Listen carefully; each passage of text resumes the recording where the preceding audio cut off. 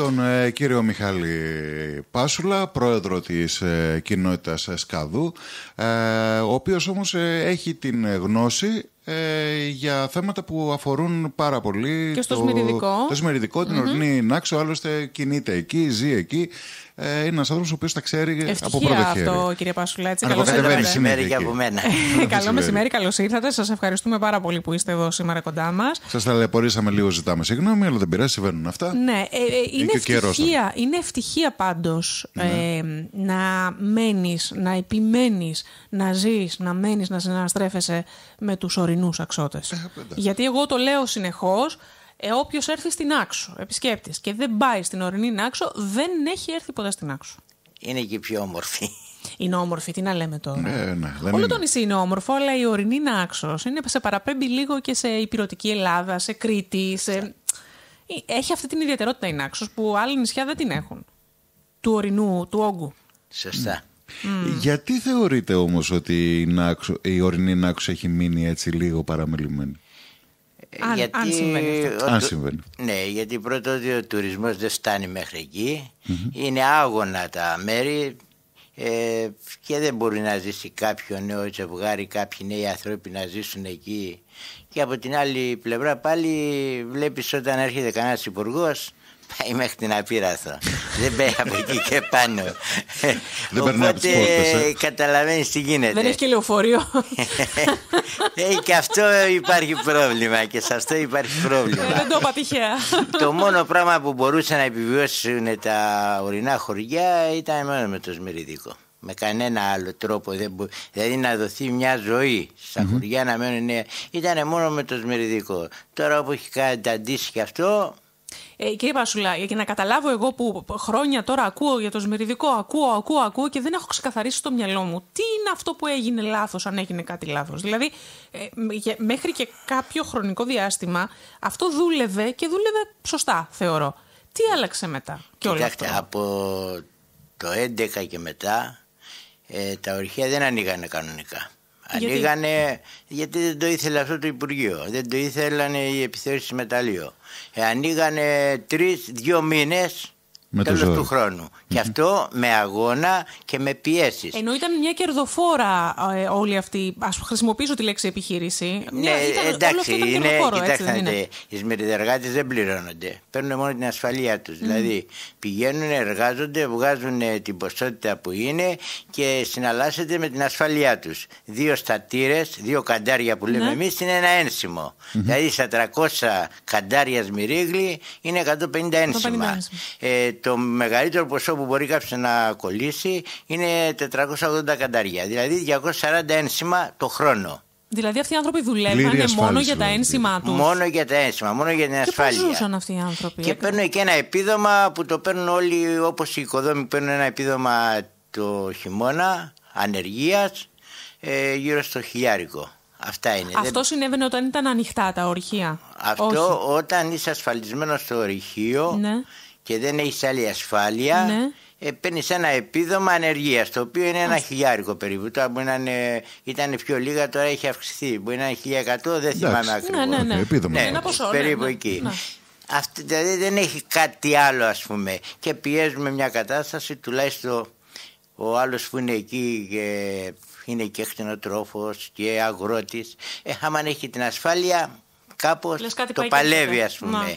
Δυστυχώς όμως από το 2011 που είχα μπει εγώ στο σωματείο, είχαμε κάνει κινητοποιήσεις με πιέσεις προς την κυβέρνηση, τους βουλευτές, όποιοι ήταν αυτοί η κυβέρνηση δηλαδή, για να ανοίξουν τα ορυχεία.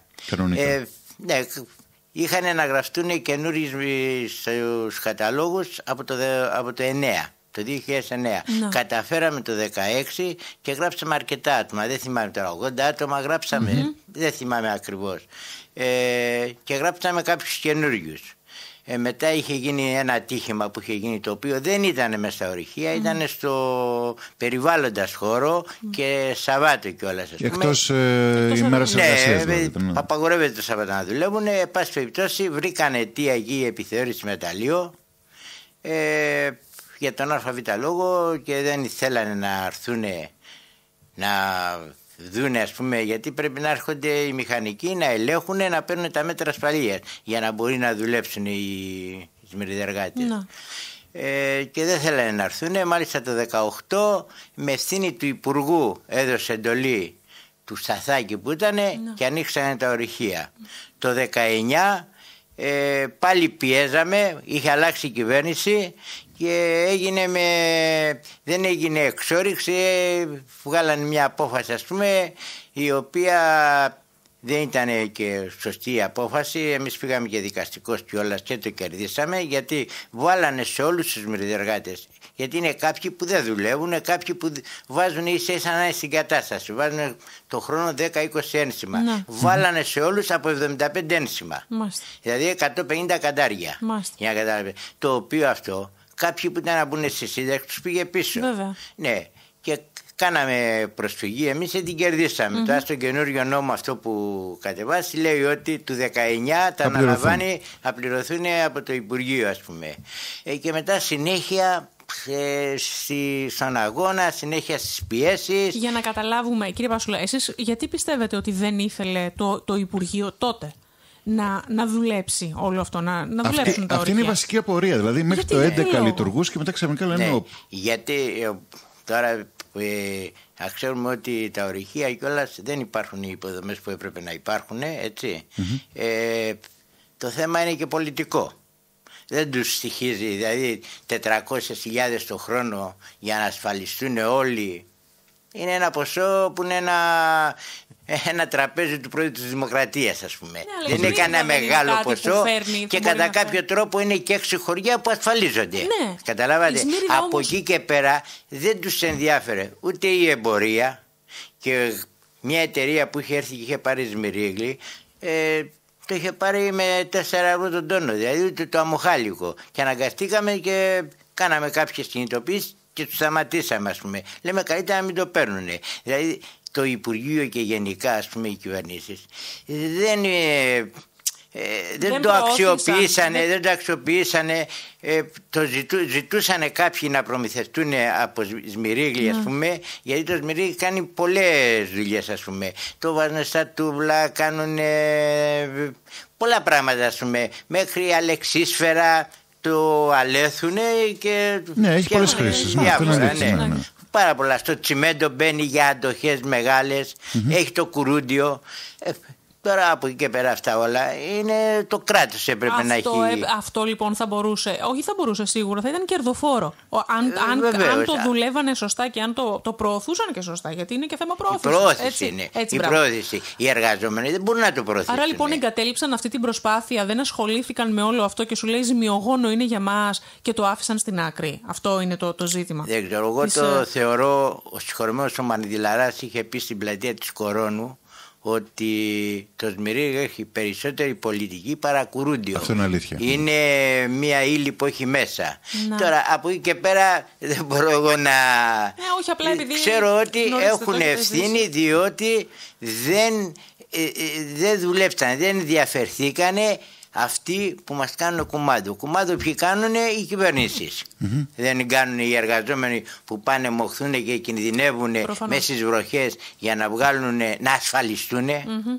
Εντάξει, και εμένα η θέση μου είναι διαφορετική. Αυτοί που να δουλεύουν, να αμείβονται και να μένουν στα χωριά. Να δοθεί μια ανάπτυξη στα χωριά. Μου κάνει εντύπωση πάντως αυτό που λέτε, ότι ήταν μόνο για τα ένσημα. Δηλαδή αυτοί οι άνθρωποι δούλευαν. Δυστυχώς. Και ήταν μόνο για τα ένσημα. Πώς μόνο, όπως σας το λέω, μόνο για την ασφάλεια. Και αυτοί, ξέρετε, τη σύνταξη παίρνουν 360 ευρώ και 20 ευρώ υπηκουρικό. Σήμερα που μιλάμε. Πώς να ζήσεις. Σήμερα που μιλάμε. Ναι, μου το έλεγε ο κ. Σιδερής, νομίζω. Προχθές μου το έλεγε. Εγώ είμαι από αυτούς που δεν ασφαλιζόμουν στο σμυρίγλι. Έβαζα πολύ ελάχιστο, επειδή δούλευα αλλού και δεν ήθελα, επειδή ήμουν πρόεδρος στην κοινότητα του Σκαδού, να μου πει κάποιος έχει συμφέροντα και ξέρω. Αγωνίζομαι, γιατί εμείς μεγαλώσαμε από το σμυρίγλι. Ο πατέρας μας μεγάλωσε από το σμυρίγλι. Και το θεωρούμε με περιουσία μας. Δηλαδή, είναι και ηθικό το μπράβο. Γι' αυτό το λόγο δηλαδή εγώ αγωνίζομαι και ό,τι μπορώ κάνω τίμια, όσο δηλαδή δεν έχω συμφέροντο. προσωπικά συμφέροντα να πεις ότι αγωνίζεσαι για να ασφαλιστούν τα παιδιά σου ή για να βγάλεις λεφτά ή οτιδήποτε. Τίποτα, απλούστατα. Εγώ θέλω να υπάρχουν τα ορυχεία, να δουλεύουν αυτοί οι άνθρωποι και αυτό που πάντα λέω είναι ότι έπρεπε να αλλάξει το σύστημα. Έπρεπε αυτοί που εργάζονται να αμείβονται, 8 μήνες μπορεί να δουλεύουν και να τους υποχρεώνουν να μένουν και στα χωριά. Να ανοίξουν και τα μπακάλικα, να ανοίξουν και τα καφενεία και όχι η Κόρονος να έχει 5 παιδάκια στο δημοτικό. Αυτό είναι κατάδια. Και είναι τόσο όμορφο και τόσο μεγάλο. Και αυτό είναι κατάδια. Και να σκεφτείς ότι η Κόρονος είχε 300 παιδιά πριν από 40 χρόνια. Τώρα, αλλά τόσο έχει η κομιακή και ξαφνικά μένουν έτσι. Κοιτάξτε να σας πω κάτι, το 87, το 86 που ήρθα εγώ στην Άξο, το 87, το γυμνάσιο του Σκαδού είχε 70 παιδιά. Και τώρα έχει 10-12. Και σήμερα το γυμνάσιο του Σκαδού μαζί με την Απίραθο είναι 20 παιδάκια. Καλά που είναι και Απίραθος δηλαδή. Αργοπεθαίνουν τα χωριά καταλάβατε. της Νάξου. Γιατί δεν υπάρχει ζωή. Εγώ πήγα στο Σκαδό και έμενα ένα χρόνο και δεν είχα δουλειά για να αναγκάστηκα και κατέβηκα στη χώρα. Κύριε Πάσουλα, άρα είναι αποδεδειγμένο ότι διαχρονικά, από τότε που λέτε ότι σταμάτησαν τα ορυχεία μέχρι και σήμερα, είναι αποδεδειγμένο ότι οι κυβερνήσεις για τους λόγους τους δεν θέλουν ή δεν μπορούν ή δεν ξέρω και εγώ τι, να ανοίξουν και να προχωρήσουν την υπόθεση. Κοιτάξτε, για μένα δεν θέλουν. Δεν θέλουν. Απλώς τι κάνουνε, έχουν βολευτεί, διαθέτουν ένα κονδύλι 400 χιλιάρικα, έτσι, 400 την τελευταία δόση που εμείς ζητάμε 8.000 τόνοι για να ασφαλιστούν πλήρης αυτοί που είναι, ήταν γύρω στα 480 χιλιάρικα. Λοιπόν, δεν είναι τίποτα. Τα δίνουν και παίρνουν τα ψηφαράκια μεθαύριο. Και πάει λέγοντας. Αυτό είναι. Κατά την άποψή μου, έτσι. Κατά τη γνώμη τη δικιά μου. Προφανώς την άποψή σας θέλουμε. Κύριε Πάσουλα, ένα από τα θέματα που ακούγονται κατά καιρούς έχει να κάνει με το γεγονός ότι κάποιοι έχουν ασφαλιστεί χωρίς να είναι πραγματικοί σμυρτεργάτες. Ή κάποιοι δεν έχουν καμία σχέση ή γιατί να έχουν δικαιώματα πάνω στα ορυχεία ενώ είναι του κράτους τα ορυχεία και αυτά. Μήπως αυτό λειτουργούσαν ανασταλτικά στο να τρέξει το θέμα? Όχι, δεν είναι. Αυτό δεν είναι. Γιατί κοιτάξτε, τα ορυχεία είναι μεμερδικά και αυτά ο κάθε ένας τα έχει αγοράσει. Υπάρχουν και συμβόλαια. Εντάξει, το κράτος τη στιγμή που θα βγει το σμυρίγλι από μέσα στο ορυχείο δεν έχει δικαίωμα ούτε να το μεταφέρει τίποτα. Είναι το κράτος. Είναι του κράτους, είναι του δημοσίου. Από εκεί και πέρα τώρα κάθε ένας λέει ό,τι θέλει, ας πούμε. Εντάξει, δεν υπάρχουν που λένε ότι υπάρχουν και είναι αλλού και ξέρω εγώ. Εντάξει, μπορεί κάποιοι να ασφαλιστούν, να κάνουν 10 μεροκάματα, να κάνουν 5. Δεν υπάρχει περίπτωση. Όλοι πάνε στα ορυχεία, ας πούμε. Ναι. Εντάξει.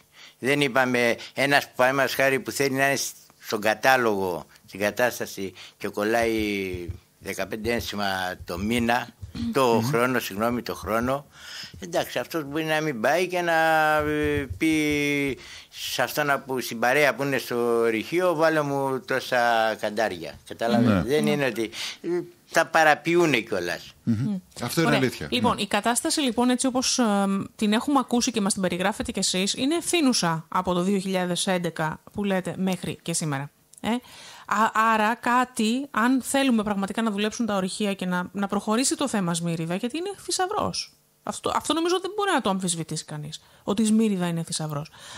Μόνο στην Άξο υπάρχει και στην Τουρκία, αλλά είναι εκατοτέρας άλλης ποιότητας. Λοιπόν, αν λοιπόν θέλουμε όλο αυτό να προχωρήσει, κάτι πρέπει να αλλάξει. Το μόνο σίγουρο είναι αυτό. Από ό,τι φαίνεται η πολιτεία λέει πάρτε το και κάντε το ό,τι θέλετε. Από την άλλη έρχεται ο Δήμος Νάξου και Μικρών Κυκλάδων και ο κύριος Δήμαρχος έχει εκφράσει από το παρελθόν την επιθυμία να αναλάβει ο Δήμος Νάξου όλο αυτό το κομμάτι. Εσάς η θέση σας ποια είναι, τι πιστεύετε? Ότι κοιτάξτε να δείτε, είναι μια εξέλιξη καλή αυτή? Είναι πολύ δύσκολο. Είναι πολύ δύσκολο για τον εξής λόγο. Σε συζητήσεις που γίνανε και όταν μαζευτήκανε περίπου τους 15 σμυριδιεργάτες πριν 15 μέρες στο Δήμο ένα βράδυ και διάβασε ο Δήμαρχος αυτό το νόμο που περάσανε στη Βουλή, εμείς φέραμε κάποιες αντιρρήσεις. Είπαμε ότι τώρα να ανοίξουν τα ορυχεία γιατί είναι ένας μήνας, να ασφαλιστούν και μετά να το μελετήσουμε, να το δουν όλοι οι σμυριδεργάτες. Μάλιστα εγώ είπα ότι εδώ είναι μόνο κορονιδιάτες, δεν είναι ούτε οι απεραθήτες ούτε απαλαχωριά. Να το μελετήσουν, να το δούμε και με άλλους ανθρώπους, να δούμε τα άθρα, τους νόμους, τι μας εσυφρεί. Και να προχωρήσουμε. Και μάλιστα εγώ είπα, ας πούμε, στην ομιλία μου ότι γράφει το χαρτί 160.000 το χρόνο. Αυτά δεν φτάνουν ούτε για τη μεταφορά. Ήταν 420 νομίζω, έτσι. Ναι, ούτε για τη μεταφορά. Ένα αυτό. Δεύτερο, έχουν βάλει από το 23 στο 26. Λέω πρέπει να ξεκινήσει, άμα είναι από το 24, τουλάχιστον 6-7 χρόνια, να υπάρχει χρηματοδότηση από το κράτος, να δούμε τι θα γίνει. Πρέπει να γράψει μέσα, δηλαδή ο νόμος να αναφέρει το διάταγμα του 1935 που αναφέρει περί δικαιώματα και προνόμια, διότι, λέω, ο Δήμαρχος είναι ένας Δήμος. Δεν μπορεί ο Μονιάτης, ο Τραγιώτης να μπορεί μετά να μπει στο Σμυρίγλι. Δεν γίνεται αυτό. Οπότε πρέπει να δούμε ό,τι γράφει το διάταγμα του 1935 να μπει μέσα. Να είναι μέσα στο νόμο αυτό να είναι, για να μπορούμε να συμφωνήσουμε κιόλας. Τα γράφει ο Δήμαρχος, λέει εντάξει, μετά είπαμε τα περιουσιακά στοιχεία της Μυρίδας. Πρέπει και αυτά να μεταφερθούν άμα είναι. Είναι ένα κτίριο που είναι στη Μουτσούνα στην παραλία. Πίσω από το κτίριο αυτό δεν ξέρω, μπορεί να είναι και 10 στρέμματα, μπορεί να είναι 8. Είναι η παλιά αποθήκη. Εντάξει. Μετά ανεβαίνουμε πάνω εκεί που είναι το καπί που μαζεύεται το Σμυρίγλι, και εκεί είναι ένας πολύ μεγάλος χώρος. Ερχόμαστε στην Κόρονο, στη Σαραντάρα, είναι ένα πετρόχτιστο κτίριο που έγινε επί Δήμου Δυρμαλίας για μουσείο της Μύριδας. Είναι τα σπιτάκια που είχαν παλιά στα ορυχεία και μένανε, γιατί δεν υπήρχαν δρόμοι, και μένανε οι περισσότεροι εκεί. Ναι, υπήρχαν οι φύλακες που μένανε εκεί, στα σπιτάκια αυτά. Και είναι και ο εναέριος, το πιο σοβαρό, το οποίο μπορεί, ας πούμε, να αξιοποιηθεί τουριστικά, και η Σαραντάρα που είναι ένα βαθύ ορυχείο, δηλαδή πολύ καλό ορυχείο και μπορεί να αξιοποιηθεί και αυτό τουριστικά, να μπουν όλα αυτά. Και το τελευταίο έγινε μια ερώτηση, επειδή κάποιος εκεί επιχειρηματίας έχει πάρει μια ποσότητα Σμύριδα. Την έχει πληρώσει 40.000 τόνοι. Και κάνουμε ερώτηση στους υπαλλήλους, το έχει πάρει όλο το Σμυρίγλι? Και η απάντηση ήταν, όλο αυτό που είναι τώρα στην αποθήκη να το πάρει δεν ξεχρεώνεται. Και ζητάμε από τον Δήμαρχο ότι αυτό πρέπει να το αναλάβει το Υπουργείο, όχι ο Δήμος. Ναι, σωστά. Και λέει ο Δήμαρχος, βεβαίως τα έχει σημειώσει, μόνο με αυτά τα πράγματα προχωράμε. Μετά μέσα σε 4-5 μέρες πέρασε στις επιτροπές, έγινε η συνέλευση που έγινε στην Κόρονο. Εδώ θέλω να σταθώ γιατί εγώ δεν ήμουνα, είχαμε κάποια ραντεβού με γιατρούς στην Αθήνα. Το λέω αυτό γιατί κάποιοι κακοήθεις, να μην τους μεταφέρω διαφορετικά, είπαν ότι είχα πάει εγώ με τον Δήμαρχο, λέει, στην Αθήνα να μεταφέρουμε το Σμυρίγλι κάπως έτσι. Εγώ ό,τι κάνω για το Σμυρίγλι είμαι ένας τίμιος συνδικαλιστής και πάνω απ' όλα είμαι κομμουνιστής. Δηλαδή δεν έχω κανένα συμφέρον και είμαι ξεκάθαρος και τους βλέπω όλους στα μάτια. Και 8 χρόνια που ήμουν πρόεδρος στο Σωματείο έχω δώσει εξετάσεις και δεν δέχομαι από κανένα να πει εμένα ότι εγώ θα πάω να ξεπουλήσω το Σμυρίγλι. Έχω την άποψή μου, έχω τη θέση μου και τη λέω χωρίς... Δηλαδή... Ναι, και τη λέω, ας πούμε. Άλλωστε γι' αυτό σας καλέσαμε, γιατί ξέρουμε ότι είστε ένας άνθρωπος ο οποίος ό,τι πείτε το λέτε ξεκάθαρα, δεν κρύβεστε πίσω από οτιδήποτε. Δεν κρύβομαι εγώ πίσω από τα δάχτυλα. Ναι, είναι ξεκάθαρα. Αν και μεγάλα τα δάχτυλα δεν κρύβεστε. Και τουλάχιστον εσύ με ξέρεις τόσα χρόνια το γνωρίζεις. Το ξέρω αυτό, προς Θεού. Απλά... Και ξέρω επίσης ότι και ο Δήμαρχος είχε ένα προγραμματισμένο ταξίδι εκτός Ελλάδος, οπότε δεν μπορούσε να είναι το timing τέτοιο. Οπότε κατανοητό όλο αυτό και είναι ντροπή να καθόμαστε συζητάμε για αυτά. Μπράβο, δηλαδή καμία σχέση. Τώρα από εκεί και πέρα δεν ξέρω τώρα. Άμα δηλαδή όπως το περάσανε στη Βουλή, είναι πάρα πολύ δύσκολο να μπορέσει να ανταπεξέλθει ο Δήμος. Δεν μπορεί δηλαδή με 160.000 αυτοί στο Υπουργείο θέλανε να το ξεφορτωθούν. Και επειδή πέρυσι ανοίξανε τα ορυχεία ένα μήνα πριν να τελειώσει ο χρόνος, δεν μπορέσαν οι σμυριδεργάτες να βγάλουν την ποσότητα που έπρεπε και βγάλανε 2.500 τόνοι. Οι 2.500 τόνοι λοιπόν, τα έξοδα, η μεταφορά και τα ένσημα που ακολουθήσανε στοιχήσανε κάπου 160.000 και βάλανε 160.000. Εμείς ζητάμε 8.000 τόνοι. Οι 8.000 τόνοι είναι κάπου 500.000, 480, δεν θυμάμαι πόσο. Εκεί μέσα είναι από 450 μέχρι 500. Εμένα η απορία μου είναι γιατί το κράτος να θέλει να το ξεφορτωθεί αυτό το πράγμα. Δηλαδή, γνωρίζοντας ότι αυτό μπορεί να γίνει κερδοφόρο, εάν δουλευτεί σωστά, εάν δρομολογηθούν τα πράγματα όπως πρέπει, γιατί να θέλει να το ξεφορτωθεί. Αυτό δηλαδή, τώρα... πραγματικά είναι ένα ερώτημα για το οποίο δεν έχω πάρει απάντηση ποτέ.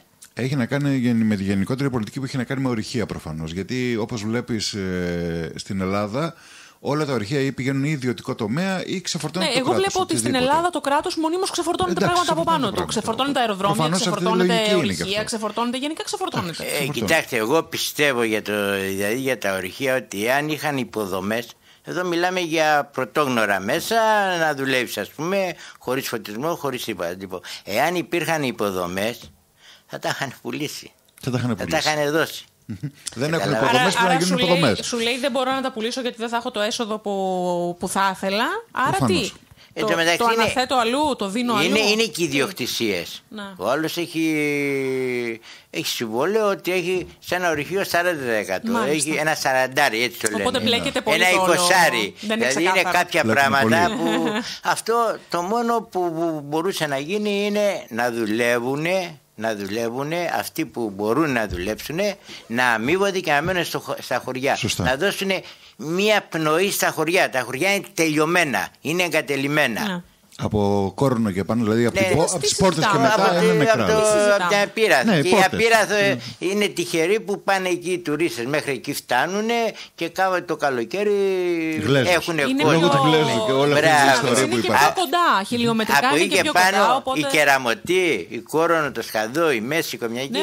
Η Κομιακή λίγο επειδή έχει από εδώ στα βόρεια που έχει το Κάμπο, εντάξει έχει τον Απόλλωνα και κάπως κινείται, αλλιώς είμαστε καταδικασμένοι, ειδικά δηλαδή Κεραμωτή, Κόρονο, Σκαδό και Μέση είμαστε καταδικασμένοι. Όταν λέμε καταδικασμένοι, δεν υπάρχει ένα παιδάκι που να πηγαίνει στο σχολείο. Αυτό είναι το βασικό. Ωραία, από αυτά τα θέματα λοιπόν, τους όρους που βάλατε εσείς στη συζήτηση με τον κύριο Δήμαρχο, ναι.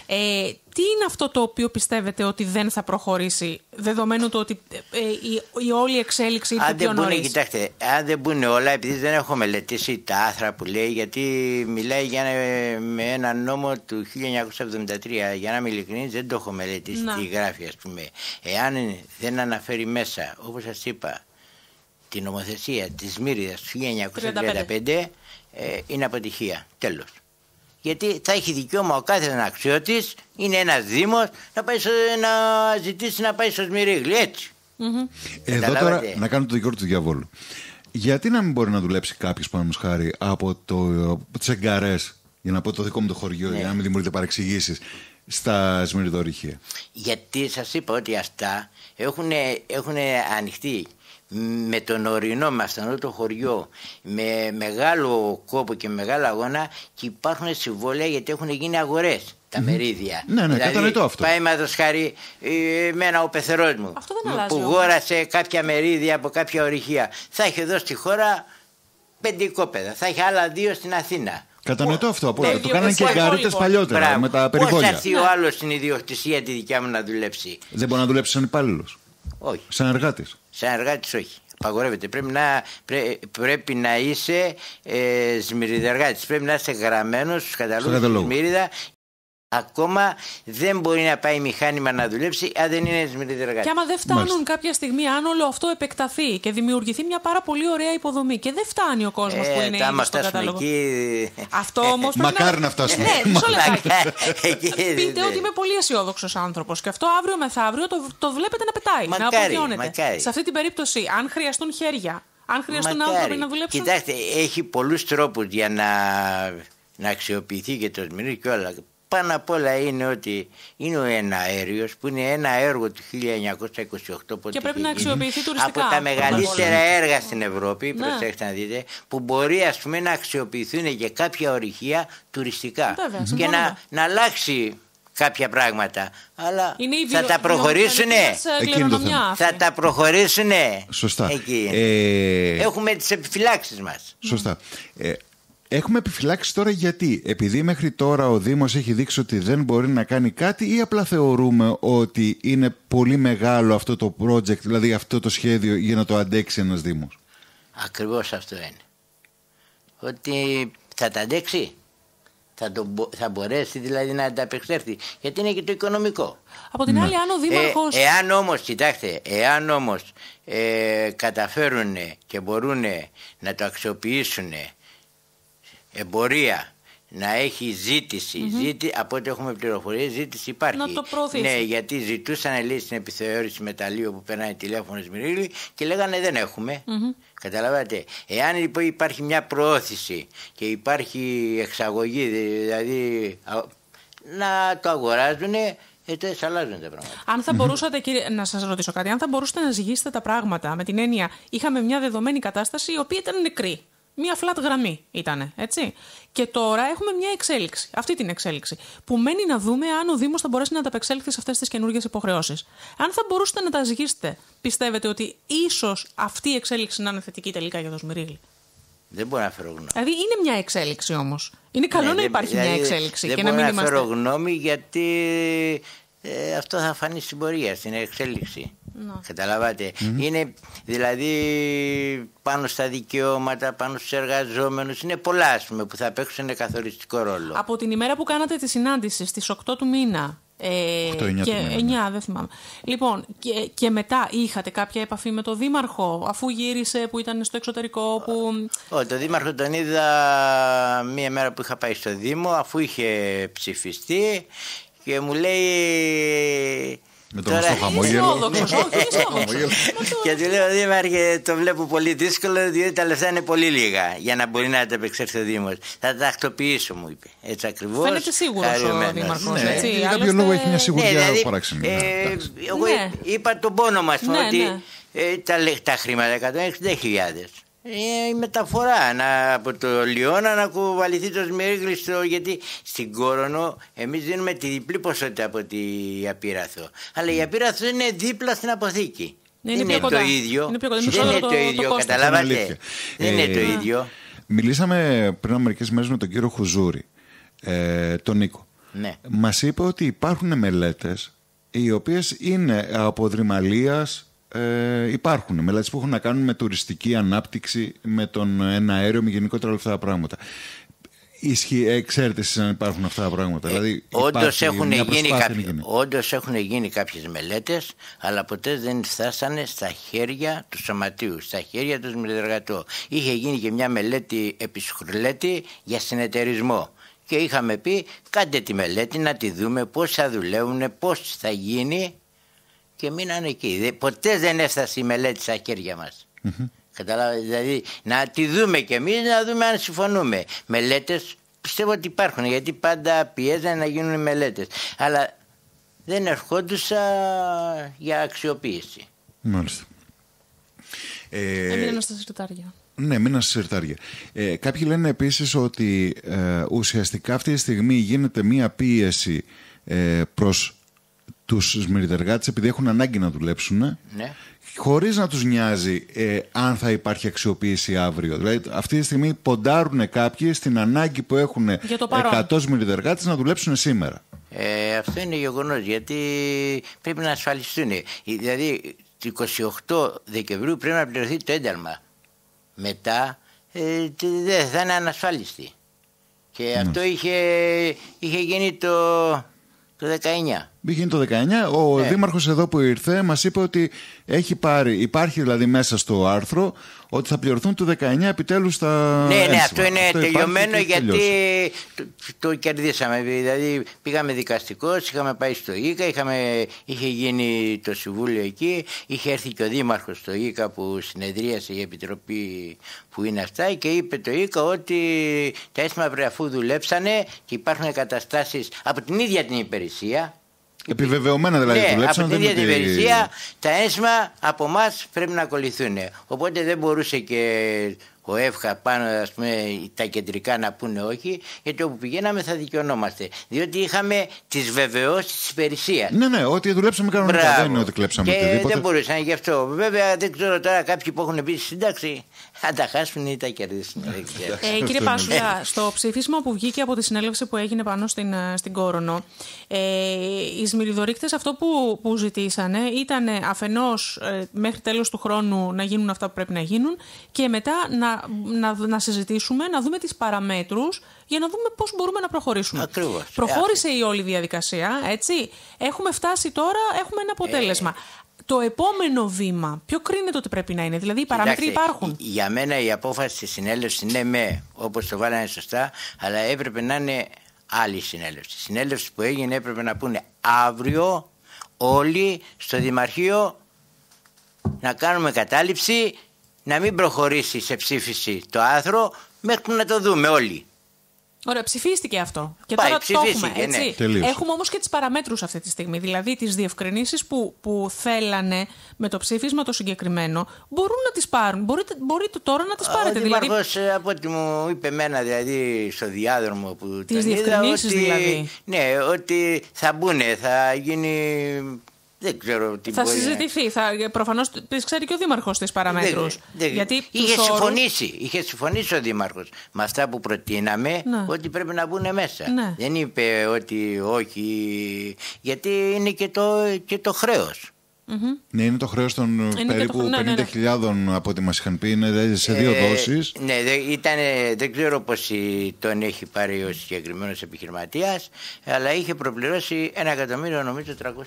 Ναι, μας είχαν πει ότι είναι σε 2 δόσεις αυτά που του χρωστάνε, οπότε είναι ένα ποσό 50.000 είναι και εκεί, ας πούμε, πώς θα το δουλέψει, πώς θα γίνει. Γιατί κακά τα ψέματα τώρα ο Δήμος δεν έχει και λεφτά, έτσι. Παλιά έπαιρνε σάτα δεν ξέρω πόσα εκατομμύρια και κάναμε έργα στις κοινότητες από αυτή τη σάτα που είναι μια επιδότηση, ας την πούμε έτσι, κατά κεφαλή που γίνεται η απογραφή, και έπαιρνε κάθε χωριό ανάλογα με τους κατοίκους κάποια χρήματα. Με αυτά τα χρήματα κάναμε κάποια μικρά εργάκια. Τώρα για όλο το Δήμο Νάξου μικρό Κυκλάδο, εάν δεν κάνω λάθος, είναι γύρω στις 550.000, δηλαδή 0. Πού να πρωτοδώσει και τι να πρωτοφτιάξει. Τόσα έπαιρνε το Σκαδό μόνο. Κάποιοι πριν από κάποια χρόνια. Το Σκαδό επί Δήμου Δερμαλίας έπαιρνε 20.000. Το Σκαδό πόσους κατοίκους έχει? Και τώρα παίρνει 1.000. Του δικαιούταν 1.000 επί Μαργαρίτη. 1.250. Πόσους κατοίκους έχει το Σκαδό? Πόσους κατοίκους? Στην απογραφή? Ναι. Στην τελευταία απογραφή νομίζω, αν δεν κάνω λάθος, 95. 95. Και παλιά πόσο, ας πούμε, κοιτάξτε, πιο παλιά ήταν, όταν είχα πρωτοβγεί εγώ πρόεδρος το 87, στις εκλογές του 86, ήταν 180 άτομα, 200. Και περισσότερα χρόνια προφανώς ήταν και 500. Μετά όλο κατεβαίνουν συνέχεια. Όταν πρωτοπήγα εγώ στο Σκαδό το 87, συγγνώμη, το 87 λειτουργούσε το δημοτικό σχολείο και είχε 15 παιδάκια. Μετά από 2 χρόνια που ήμουν πρόεδρος, είχε ένα παιδί και το κλείσαμε, δηλαδή να πάει στην Κόρονο. Καταλάβατε. Μιας και σας έχουμε εδώ τώρα με τη συγκοινωνία, δηλαδή αν κάποιος θέλει να φύγει από το Σκαδό και να έρθει στη χώρα ή να μετακινηθεί γενικότερα, τι γίνεται? Κοιτάξτε, επειδή τώρα λειτουργούν και τα σχολεία, υπάρχει... εξυπηρετούνται. Δηλαδή με το λεωφορείο που εξυπηρετούνται τα παιδιά, βέβαια απαγορεύεται από ό,τι ξέρω, αλλά εξυπηρετούνται. Εδώ μεταξύ θέλω να πω ότι εμείς έχουμε ένα γυμνάσιο, έχουμε καταφέρει, και μπορώ να σας πω ότι είναι το καλύτερο γυμνάσιο της Νάξου. Έτσι. Πέρυσι το καλοκαίρι αλλάχτηκαν όλα στις τουαλέτες από πλακάκι που ήταν από όταν έγινε το γυμνάσιο, πόρτες, ήδη γίνει τα πάντα, κάποια παράθυρα, τώρα βάφτηκε. Είναι 4 παράθυρα τα οποία εντός των ημερών θα τοποθετηθούν. Το θεωρώ ότι είναι το πιο τέλειο γυμνάσιο. Μέχρι γυμναστήριο μέσα τους έχουμε. Μένα πάντα όλη μου η προσπάθεια ήταν πώς θα κρατήσω το γυμνάσιο και να είναι και η εκπαιδευτική να μπορούν να καλύπτουν τις θέσεις. Καταλάβατε. Θεωρώ ότι είναι ένα τουλάχιστον γυμνάσιο τέλειο, ας πούμε. Ένα μικρό κόσμημα στην ορεινή Νάξο. Μία ερώτηση που έρχεται με βάση όλα αυτά για το Σμυριδικό. Θεωρείτε ότι ενδεχομένως η κίνηση να περάσει από το κράτος στο Δήμο ανοίγει το δρόμο να πάει προς ιδιώτη μετά? Γιατί υπόθηκε και αυτό. Τι να σας πω, όλα στο πρόγραμμα είναι. Τι να πω. Ο Δήμαρχος βέβαια είπε ότι γυρίζει το Σμυριδικό. Ο Δήμαρχος με τις τοποθετήσεις του Δημάρχου, δεν προβλέπει προς τα εκεί. Γιατί άκουσα από κάποιον που δεν μπορώ να αναφέρω όνομα, εκτός του Δήμου και ξέρω εγώ, ότι ζήτησε να πάρει σμυρίγλι, να το αλέσει και να το πάει να το στείλει σε διάφορες, δηλαδή να το κάνει άμμο, σκόνη, σκόνη, για να το προωθήσει. Για να έχει τώρα και τέτοιες βλέψεις ίσως. Δεν ξέρω, δεν μπορώ να μεταφέρω κάτι γιατί μετά θα κατηγορηθώ κιόλας. Όχι, προς Θεού, δεν κάνουμε αυτό. Έχουμε ζήσει σε αυτή τη χώρα, με όλα όσα έχουμε ζήσει, γιατί έχουμε δει να έρχεται η μία ιδιωτικοποίηση μετά την άλλη της δημόσιας περιουσίας. Έτσι. Λογικό και επόμενο είναι στο μυαλό του καθενός να υπάρχει και αυτό. Βέβαια, όπως λέτε κι εσείς, η πρόθεση του Δημάρχου, τουλάχιστον με βάση αυτά που έχουμε ακούσει και με βάση αυτά που μας είπε και εμάς, είναι ότι γυρίζει η Σμύριδα στην Άξο. Πάντως θέλω να πω ότι εγώ που πήγαινα στο Υπουργείο ποτέ δεν είχε έρθει ο Μαργαρίτης μαζί μας. Τον πιέζαμε, ποτέ δεν είχε έρθει. Ο συγκεκριμένος Δήμαρχος ο Λιανός πάντα ήταν μαζί μας και μας υποστήριζε. Σε Υπουργοί τουλάχιστον ξεκάθαρα, ας πούμε. Τώρα από εκεί και πέρα έχει δείξει...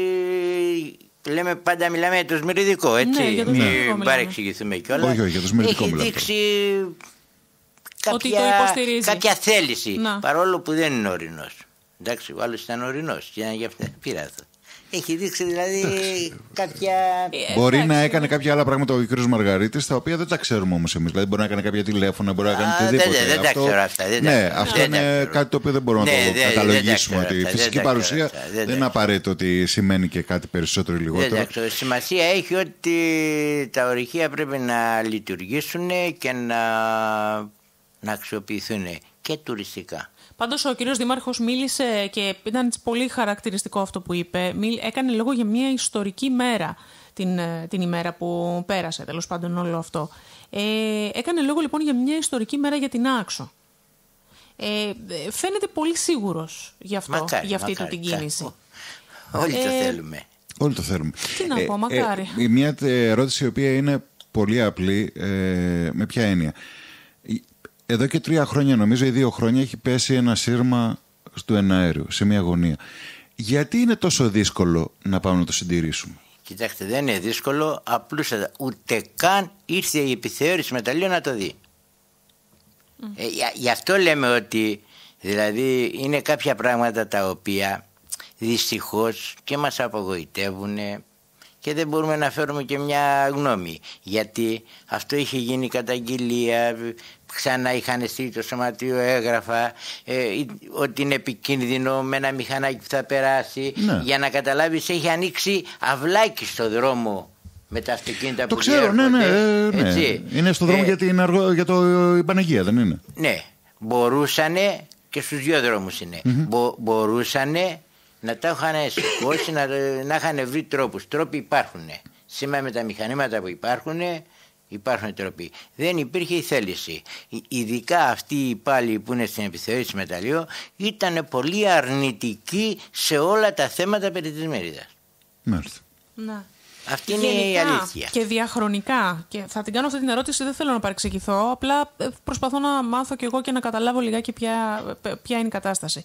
Διαχρονικά οι σμυριδορύκτες, οι άνθρωποι οι οποίοι είναι εκεί στην καρδιά του όλου θέματος, υπήρχε σύμπνοια, δηλαδή οι απόψεις ήταν κοινές?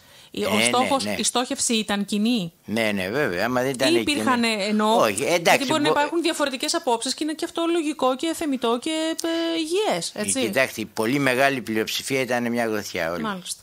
Και στην Απίρανθο και οι Απεραθήτες και οι Κορονιδιάτες. Γιατί είναι τα μεγαλύτερα χωριά, ας πούμε, που υπάρχει συμμετοχή, ας πούμε. Σε όλες τις αποφάσεις τα πάντα ήταν σχεδόν ομόφωνες. Δηλαδή και κάποιος να φαινε αντίρρηση δεν το λέγε, δεν φαινόταν. Όταν ήρθε ο πρόεδρος της Δημοκρατίας, ναι. Και ναι, για εκείνο το άγαλμα κάτω στη Μουτσούνα, η άποψή μου ήταν ότι, και τη λέω ακόμα και σήμερα, ότι εκεί τελείωσε το σμυριδικό. Δηλαδή, όταν κάνεις ένα άγαλμα, ουσιαστικά του κάνεις και τον τάφο, ότι ωραία που είναι και τέτοια πράγματα. Από τότε δεν έχει αλλάξει κάτι. Ουσιαστικά. Όχι. Τίποτα. Από το κακό στο χειρότερο. Το κακό στο χειρότερο. Εκεί απλά είχε πει όμως ότι θα βοηθούσε. Θα βοηθούσε και θα έπαιρνε και ο αέριος, θα έμπαινε μέσα από το πρόεδρο της Δημοκρατίας, δηλαδή θα ήταν μέσα από το ίδρυμα που έχει. Είναι και αυτά τα λόγια σαν τις μελέτες που έχουν κάνει. Που δεν έχουν φτάσει ποτέ στους μεριδεργάτες. Το ίδιο και εκείνος, ας πούμε, είπε ότι θα βοηθήσει οικονομικά, θα φτιαχτεί ο αέριος και όλα. Δεν έγινε όμως τίποτα. Πάντως είναι μαχαιριά στην καρδιά να κατεβαίνει κάποιος στη Μουτσούνα και να βλέπει όλο αυτό το πράγμα που είναι η ιστορία της Νάξου. Είναι μεγάλο κομμάτι της ιστορίας της Νάξου σε αυτή την κατάσταση. Εγώ την πρώτη φορά που κατέβηκα εκεί και το είδα αυτό, είπα: μα τι γίνεται εδώ? Εδώ έπρεπε να υπάρχει, εδώ έπρεπε να μην χωράς να περάσεις από τον κόσμο. Και ακόμα, αν πάτε στο Λιώνα και βλέπετε τα ορυχεία που είναι δεξιά του δρόμου, οι τρύπες, θα ενθουσιαστείτε ακόμα περισσότερο. Ναι, δεν έχουμε πάει προς τα εκεί, είναι αλήθεια. Αν πάτε προς τα εκεί, βλέπεις τα ορυχεία, είναι στο δρόμο, δίπλα στο δρόμο. Πολλά Γιατί ορυχεία. Πιστεύετε ότι δεν εξυγχρονίστηκαν τα ορυχεία? Εγώ πιστεύω ότι βολευόντουσα πολιτικά, ας πούμε. Ανοίγανε, δουλεύανε, ασφαλιζόντουσα. Ήταν άλλα χρόνια βέβαια τότε. Δεν τους χαλούσανε χατήρια και παραμείναν έτσι. Μήπως δεν θέλαμε και εμείς να τα εξυγχρονίσουμε? Δεν εξηγείται διαφορετικά, ας πούμε. Το θέμα είναι πολιτικό, καθαρά πολιτικό. Δεν υπάρχει δηλαδή, εάν ήθελε η πολιτεία, εάν θέλαν οι κυβερνήσεις να τα αξιοποιήσουν, θα τα είχαν αξιοποιήσει. Το πηγαίνανε έτσι, διότι δεν ήταν δηλαδή το κόστος μεγάλο και σου λέει εντάξει, βολεύονται και αυτοί, βολευόμαστε και εμείς. Ναι, και υπάρχει και άλλη μία έτσι παράμετρο στην οποία δεν την έχουμε εξετάσει όσο θα έπρεπε και πρέπει να εξεταστεί. Είναι η επιστημονική ανάλυση όλων αυτών. Δηλαδή το γεγονός ότι επιστήμονες, γεωλόγοι μπορούν να κάνουν έρευνες και να βγάλουν συμπεράσματα και να γίνουμε σημείο αναφοράς. Γιατί μιλήσαμε πρόσφατα με έναν επιστήμονα, με έναν καθηγητή που είχαν έρθει εδώ με το γεωλογίας από τη Θεσσαλονίκη, από το Απουθού, από τη Θεσσαλονίκη, και μας μίλησε για τη βιομηχανική παράδοση, κληρονομιά του τόπου, η οποία χάνεται, την αφήνουμε και χάνεται. Και λες, υπάρχει τέτοιος πλούτος και τον αφήνεις να χάνεται? Δυστυχώς. Πέρα από τη δουλειά των ανθρώπων αυτήν που είναι το πρωτεύον, έτσι, και πρέπει αυτοί οι άνθρωποι να εξασφαλιστούν και να ξέρουν ότι αύριο μπορούν να ζήσουν τις οικογένειές τους και ότι υπάρχει και μέλλον για τους ανθρώπους εκεί πάνω στην ορεινή Νάξο, είναι και όλα τα υπόλοιπα. Είναι η τουριστική ανάπτυξη. Αν γίνει κάτι με τη Σμύριδα, δεν υπάρχει δηλαδή άλλος τρόπος επιβίωσης. Αν γίνει κάτι και μπορούν να μείνουν νέοι άνθρωποι εκεί. Αλλιώς να υπάρχει κίνητρο. Πώς θα μείνει ένας νέος άνθρωπος με 2 παιδιά που πρέπει να πάνε φροντιστήριο, που πρέπει... Πώς θα μείνει εκεί χωρίς μεροκάματο, χωρίς δουλειά, χωρίς χρήματα? Με το να έχει 10 κατσίκια και να σπέρνει 50 τετραγωνικά χωράφι. Κύριε Πάσουλα, τα έχουμε δει αυτά και ο πρωτογενής τομέας, αγρότης, κτηνοτρόφος, αφήστε το καλύτερα. Μιλάμε ιδιαίτερα σε εμάς που είναι βουνά, που είναι πετρώδης. Δεν υπάρχει. Δυστυχώς θα έπρεπε να λέμε ότι υπάρχει μέλλον σε αυτούς τους τομείς, αλλά δυστυχώς δεν υπάρχει. Δυστυχώς. Και δεν είμαι καθόλου απεσιόδοξος άνθρωπος, αλλά τα βλέπουμε μπροστά μας. Ναι. Λοιπόν, ευχαριστήσουμε πάρα πολύ για όλη την βοήθεια που μας δώσατε. Τώρα να ευχηθούμε να βρεθεί λύση, να είμαστε και λίγο αισιόδοξοι, να το δούμε λίγο. Να βρεθούν χρήματα να χρηματοδοτείτε, να προχωράει. Ναι, να υπάρξει βούληση και οι καλές κινήσεις. Καλές κινήσεις χρειάζονται, σωστές κινήσεις, μεθοδευμένες. Να είστε καλά, κύριε Πάσουλα, σας ευχαριστούμε θερμά. Να είστε καλά.